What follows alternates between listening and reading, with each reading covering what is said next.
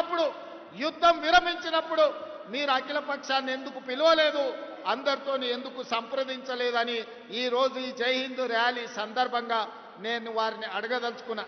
మిత్రులారా, నాయకత్వం అంటే ఆషామాషి కాదు, యుద్ధం అంటే ఉపన్యాసాలు ఇచ్చుడు కాదు, మైకులో పెద్ద పెద్ద సంభాషణలు చెప్పుడు కాదు. యుద్ధం అంటే ధైర్యం ఉండాలి, యుద్ధం అంటే వెన్నెముక ఉండాలి, యుద్ధం అంటే యుద్ధ తంత్రం ఉండాలి, యుద్ధ నీతి ఉండాలి, గుండెల్లో ధైర్యం ఉండాలి. గుండెల్లో ధైర్యం ఉన్న నాయకుడే యుద్ధాన్ని గెలిపిస్తాడు, యుద్ధ తంత్రాన్ని పన్నగలుగుతాడు. అందుకే ఇవాళ తండాలలో, గూడాలలో, మారుమూల పల్లెలో, భారతదేశం నలుమూలల 140 కోట్ల ప్రజలు ఇవాళ ఆనాటి ఇందిరమ్మని గుర్తు చేసుకున్నారు. 1967లో చైనా అతి తెలివితేటలు ప్రదర్శించి భారతదేశం మీద యుద్ధం ప్రకటించింది.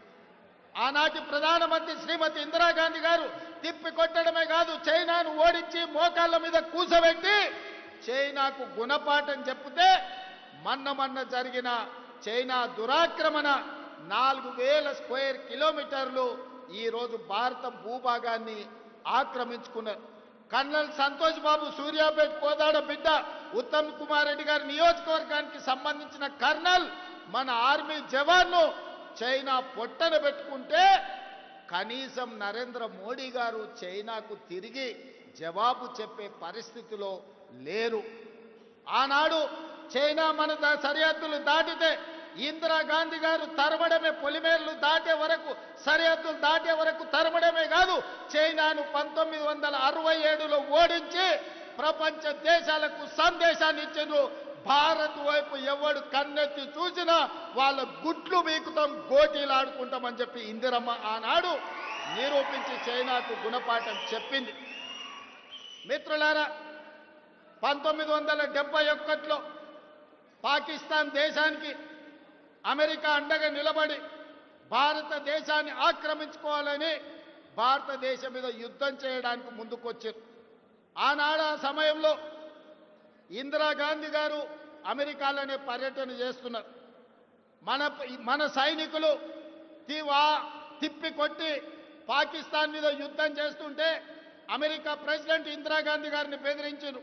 మీరు తక్షణమే యుద్ధం ఆపాలి, యుద్ధం ఆపకపోతే మేము పాకిస్తాన్కి మద్దతు ఇచ్చి మీ దేశాన్ని ఓడిస్తామని చెప్పి ఆనాటి అమెరికన్ ప్రెసిడెంట్ ఇందిరాగాంధీ గారిని బెదిరిస్తే ఇందిరాగాంధీ గారు ఒకే మాట చెప్పింది, నా దేశాన్ని రక్షించుకునే గుండె ధైర్యం ఉంది, నాకు వెన్నెముక ఉంది, నీకు చేతనైతే పాకిస్తాన్ తరపున యుద్ధానికి రా, యుద్ధంలోనే తేల్చుకుందాం, నీ సంగతి ఏందో చూస్తా అని ఆనాడు ఇందిరాగాంధీ గారు గుండె ధైర్యంతోనే అమెరికా ప్రెసిడెంట్కు ధీటుగా జవాబు చెప్పడమే కాదు, 1971లో జరిగిన పాకిస్తాన్ యుద్ధంలో పాకిస్తాన్ను ఓడించడమే కాదు, పాకిస్తాన్ 2 ముక్కలు చేసి దేశాన్ని ఒక బంగ్లాదేశ్ దేశంగా, రెండోది పాకిస్తాన్ దేశంగా ఇందిరాగాంధీ గారు విడగొట్టారు.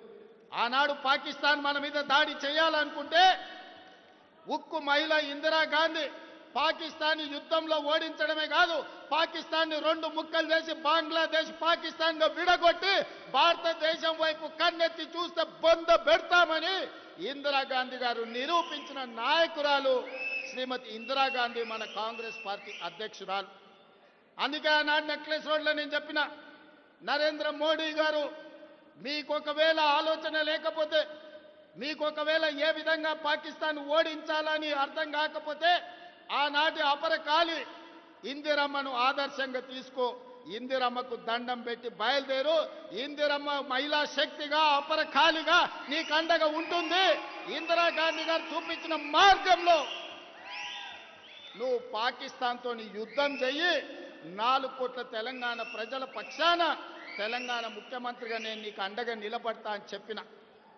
ఆనాడు అందరికంటే ముందు అమరులైన చనిపోయిన పహల్గాం చలో చనిపోయిన భారతీయులకు క్యాండిల్ ర్యాలీ తెలంగాణ రాష్ట్రం మొట్టమొదట ర్యాలీ నిర్వహించింది. అదేవిధంగా యుద్ధం మొదలైన తర్వాత కేంద్ర ప్రభుత్వానికి నరేంద్ర మోడీకి అండగా నిలబడడానికి మొట్టమొదటి తిరంగా ర్యాలీ తీసి వేలాది మంది సైనికులను పోలీసులను ప్రభుత్వ ఉద్యోగస్తులను నక్లెస్ రోడ్డు మీద కదం తొక్కించి ప్రధానమంత్రి మీరు యుద్ధం చేయండి మేము అండగా నిలబడతామని తెలంగాణ 4 కోట్ల ప్రజల తరఫున మనం తిరంగా ర్యాలీ తీసి అండగా నిలబడ్డాం. మరి నేను ఇవాళ బీజేపీ నాయకులను అడుగుతున్నా, మీకు కొంచెమైన ఆలోచన ఉందా? మీ చీము నెత్తురు రక్తం ఎక్కడికి పోయింది? ఇవాళ పాకిస్తాన్ నుండి మన దేశంలో చొచ్చుకొచ్చి 26 మందిని పొట్టన పెట్టుకోవడమే కాదు, యుద్ధం నువ్వు ప్రకటిస్తే నీ యుద్ధంలో 36 మందిని కశ్మీర్లో మళ్ళీ పాకిస్తాన్ వాడే చంపితే మీరు మీ పార్టీ ఏం చేస్తున్నారు? గాడిద పళ్ళు దొమ్ముతున్నారా? నేను బీజేపీలను అడుగుతున్నా. ఇవాళ జరిగిన పరిణామాలు, ఈ దేశంలో బీజేపీ చేస్తున్న రాజకీయాలను ఈ దేశ ప్రజలు ఆలోచన చేయాలి.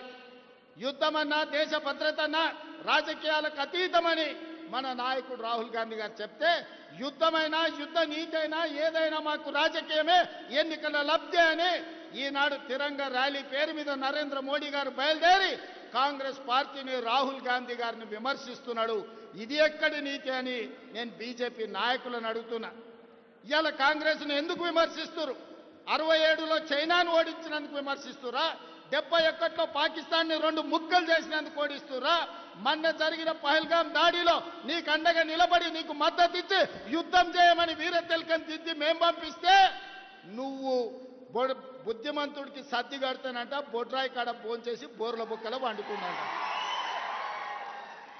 మేము నరేంద్ర మోడీ గారికి వీర తిలకం దిద్ది యుద్ధం చేయాలి అంటే నేను యుద్ధం విరమించుకున్నా అని చెప్పి ఈరోజు మోడీ గారు ట్రంప్ బెదిరిస్తే యుద్ధాన్ని ఆపేసి ఇవాళ బీజేపీ వాళ్ళకు ఏం చూసి తిరంగా ర్యాలీ చేస్తున్నారే?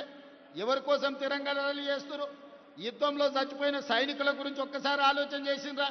పహల్గాంలో చచ్చిపోయిన భారతీయులైన అమాయకుల గురించి ఆలోచన చేసిండ్రా? యుద్ధం సందర్భంగా పాకిస్తాన్ పేల్చిన లాంచర్లతో కశ్మీర్లో చనిపోయిన సైనిక పౌరుల గురించి ఆలోచన చేసిండ్రా? ఇవాళ దేనికోసం బీజేపీలు తిరంగా ర్యాలీ తీస్తున్నారని నేను అడుగుతున్నా.